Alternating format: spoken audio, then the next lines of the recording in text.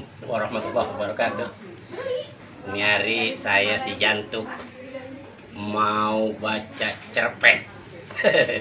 Mudah-mudahan cerita ini enak didengar, enak ditonton, enak juga diingat. Judulnya Cepirit, karya Jantuk.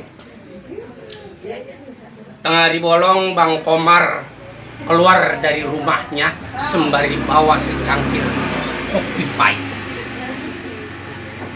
Seru.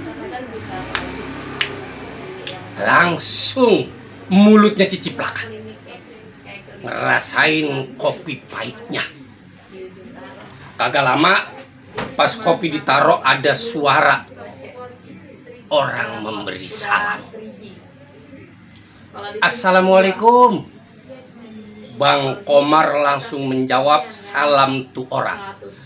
Bab, mengucapkan salam itu sunnah, sedangkan menjawabnya adalah wajib hukumnya alau ama agama Islam. Waalaikumsalam. Lu Lim, sini. Salim langsung duduk di kursi bambu yang udah agak goyang lantaran pakunya udah ada yang copot. Mari digoyang-goyangin untuk buktiin kuat apa kagak tuh bangku. Udah kagak ngapa-ngapa, kuat tuh bangku, kata Bang Komar ngeyakinin si Salim. Lah bukan begitu bang, ntar kalau terbalik gimana, kata Salim agak khawatir. Bener aja. Lon lama mereka ngobrol, tahu-tahu bangku yang didudukin Salim patah, langsung Salim jatuh gedubrak. Aduh, sembari ngomong, apa kata gua, lu kata kagak kuat, lu kata kuat bang.